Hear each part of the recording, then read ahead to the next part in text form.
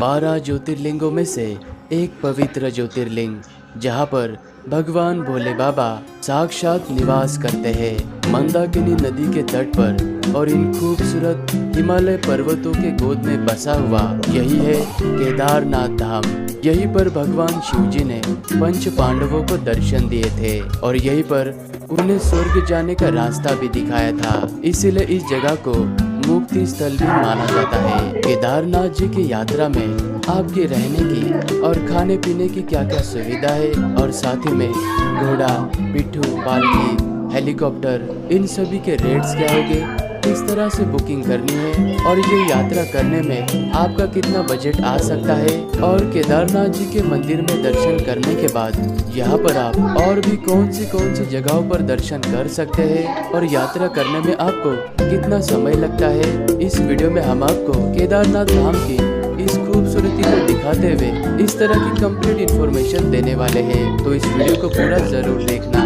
केदारनाथ धाम जी की यात्रा हरिद्वार से शुरू होती है और हरिद्वार बस स्टैंड के पास में ही सोनप्रयाग तक जाने के लिए आपको बहुत सारी बसेस की सर्विस मिलती है और इन बसेस का किराया 700 से लेके 1000 तक का होता है और इनका टिकट आपको एक दिन पहले ही कराना पड़ता है। सुबह के 5 बजे से लेके 8 से 9 बजे तक यहाँ से सोनप्रयाग के लिए बसेस चलना स्टार्ट हो जाती है और यहाँ पर आप टैक्सी और शेयर टैक्सी करके भी सोनप्रयाग तक जा सकते हैं और हरिद्वार से सोनप्रयाग तक का 230 किलोमीटर का खूबसूरत सफर तय करने के बाद आप सोनप्रयाग में पहुँच जाओगे, जो कि ये केदारनाथ यात्रा का पहला पड़ाव है। रास्ते में हमें बहुत ज़्यादा ट्रैफिक मिलने के कारण सोनप्रयाग तक पहुंचने में हमें रात होने वाली थी, इसीलिए हमने सोनप्रयाग से 1.5 किलोमीटर पहले इस सीतापुर में होटल रूम ले लिया था और आपको सोनप्रयाग में भी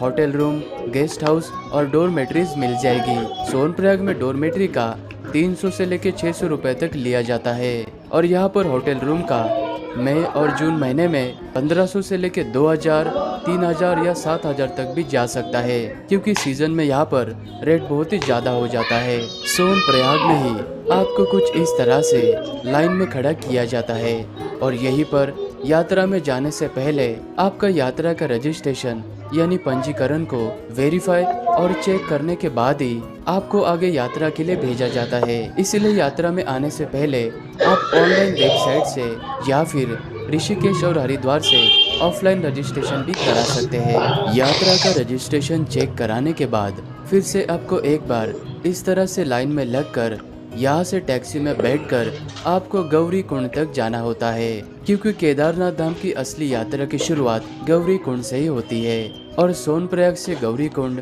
5 किलोमीटर की दूरी पर है और ये टैक्सी पर पर्सन 60 से 70 रुपये लेकर आपको आधे घंटे में गौरी कुंड में उतार देगी। गौरी कुंड में पहुंचते ही यात्रा पर आने वाले अधिकतम भक्तगण गौरी कुंड में बने हुए इस पवित्र तप्त कुंड में स्नान करने के बाद पास ही में ये गौरी मैया का मंदिर बना हुआ है, जो कि माँ पार्वती जी को समर्पित है। इस मंदिर में दर्शन करने के बाद सभी भक्तगण भोले बाबा की यात्रा को शुरुआत करते हैं और गौरी कुंड से 5 से 10 मिनट के ट्रैकिंग करने के बाद सामने आपको ये वाला एंट्री गेट नजर आएगा।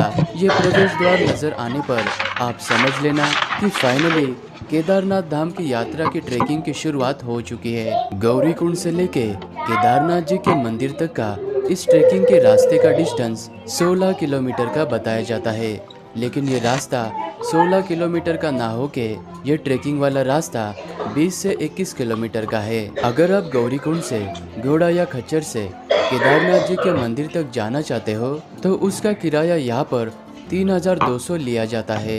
अगर आप यहाँ पर पालकी का इस्तेमाल करते हो तो पालकी का किराया यहाँ पर 7 से लेके 9-10 हज़ार तक लिया जाता है और यहाँ पर इस पिट्ठू का चार्जेस 3000 से लेके 6 या 7 हज़ार तक का हो सकता है। और मंदिर तक जाने के लिए सबसे आसान रास्ता है हेली सर्विस का, जो कि गुप्त काशी, फाटा, सिरसी इन 3 जगहों से केदारनाथ जी के मंदिर तक जाने के लिए हेलीकॉप्टर की सर्विस चलती है और हेलीकॉप्टर के जो भी रेट्स है वो आपको स्क्रीन के ऊपर नजर आएंगे। और हेली सर्विस को बुकिंग करने के लिए आप हेली सर्विस के ऑफिशियल वेबसाइट से ही बुकिंग करना। लगभग 6 से 7 किलोमीटर की पैदल यात्रा करने के बाद आप इस रामबाड़ा नामक जगह पर पहुंच जाओगे और यहाँ पर आपको मंदाकिनी नदी पर बनाए गए ये ब्रिज नजर आएंगे। और इस ब्रिज को क्रॉस करने के बाद जैसे ही आप आगे जाओगे, यहाँ पर ज्यादा तीखी चढ़ाई होने के कारण आपको थकान का सामना करना पड़ सकता है, लेकिन फिर भी आप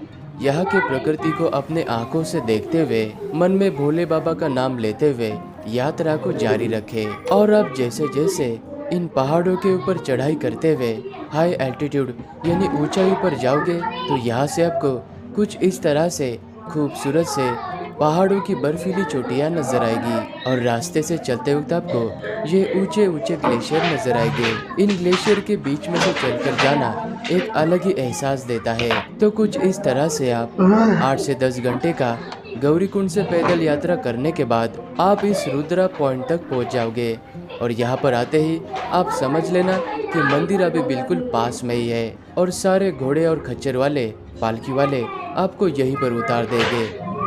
और इस जगह से केदारनाथ जी का मंदिर मात्र 1 से 1.5 किलोमीटर की दूरी पर ही है। केदारनाथ में रहने के लिए हमने पहले से ही नंदी कॉम्प्लेक्स में बुकिंग करा कर रखी थी। नंदी कॉम्प्लेक्स में आपको कुछ इस तरह के बड़े बड़े से टेंट लगाए हुए नजर आएंगे। इन टेंट्स के अंदर नीचे गद्दा बिछाकर उसके ऊपर आपको माइनस टेम्परेचर की ये स्लीपिंग बैग दी जाती है और इसका 800 से लेकर 900 रुपये तक लिया जाता है। अगले दिन की सुबह होते ही 4 बजे के बाद में हम निकल पड़े थे दर्शन करने के लिए और रास्ते से जाते वक्त अचानक से स्नोफॉल स्टार्ट हो चुका था। इस वजह से मौसम बहुत ही सुहावना हो चुका था और कड़ाके की ठंड होने के बावजूद भी सभी भक्तगण इस तरह से लाइन में लगकर दर्शन करने के लिए जा रहे थे। और केदारनाथ जी के इसी मंदिर के गर्भगृह में बिल्कुल मध्य भाग में भगवान भोले बाबा का शिवलिंग विराजमान है और ध्यान से देखने पर आपको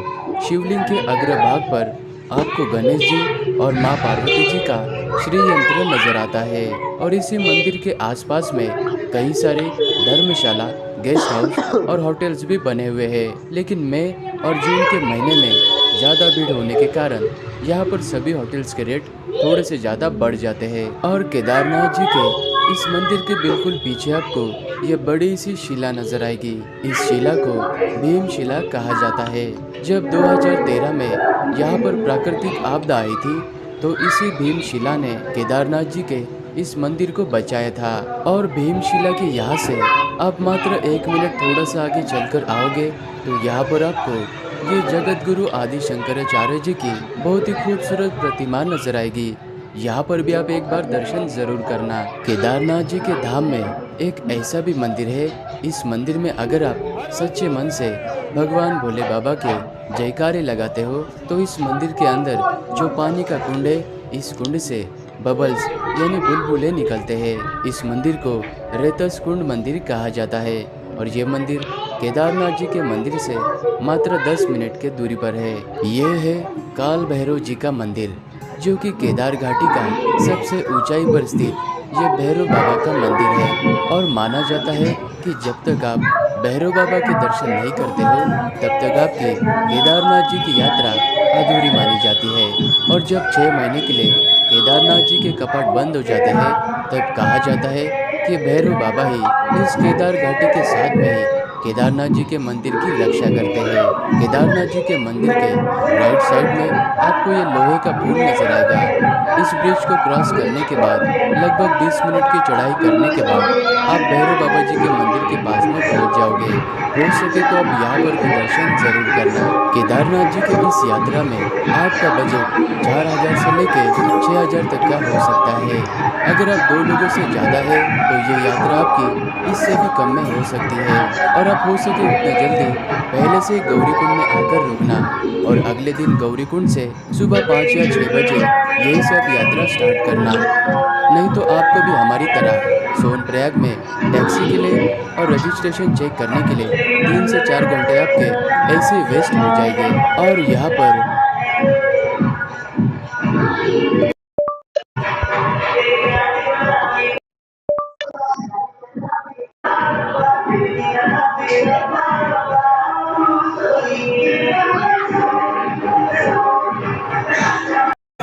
हो सकती है। और आप हो सके उतना जल्दी पहले से गौरीकुंड में आकर रुकना और अगले दिन गौरीकुंड से सुबह 5 या 6 बजे यही सब यात्रा स्टार्ट करना। नहीं तो आपको भी हमारी तरह सोनप्रयाग में टैक्सी के लिए और रजिस्ट्रेशन चेक करने के लिए 3 से 4 घंटे आपके ऐसे वेस्ट हो जाएंगे। और यहाँ पर मई और जून महीने में सीजन और भीड़ होने के कारण सभी होटल्स के रेट बढ़ जाते हैं। और मानसून में जुलाई और अगस्त में यहाँ पर कभी भी लैंडस्लाइड और ज़्यादा बारिश होने की संभावना रहती है। तो आप सितंबर में भी कर सकते हैं, उस वक्त आपको कम बजट लगेगा। और केदारनाथ जी के मंदिर के आसपास में और पूरे रास्ते में आपको खाने पीने की कोई भी कमी नहीं होने वाली। और केदारनाथ जी के इस मंदिर से लेके वापस गौरीकुंड तक जाने के लिए आपको 6 से 7 घंटे का समय लगता है। और केदारनाथ में कभी भी मौसम बिगड़ सकता है, इसीलिए आप आपके साथ में थोड़े से गर्म कपड़े जरूर रखना। तो इस तरह से आप केदारनाथ जी की यह यात्रा कर सकते हैं।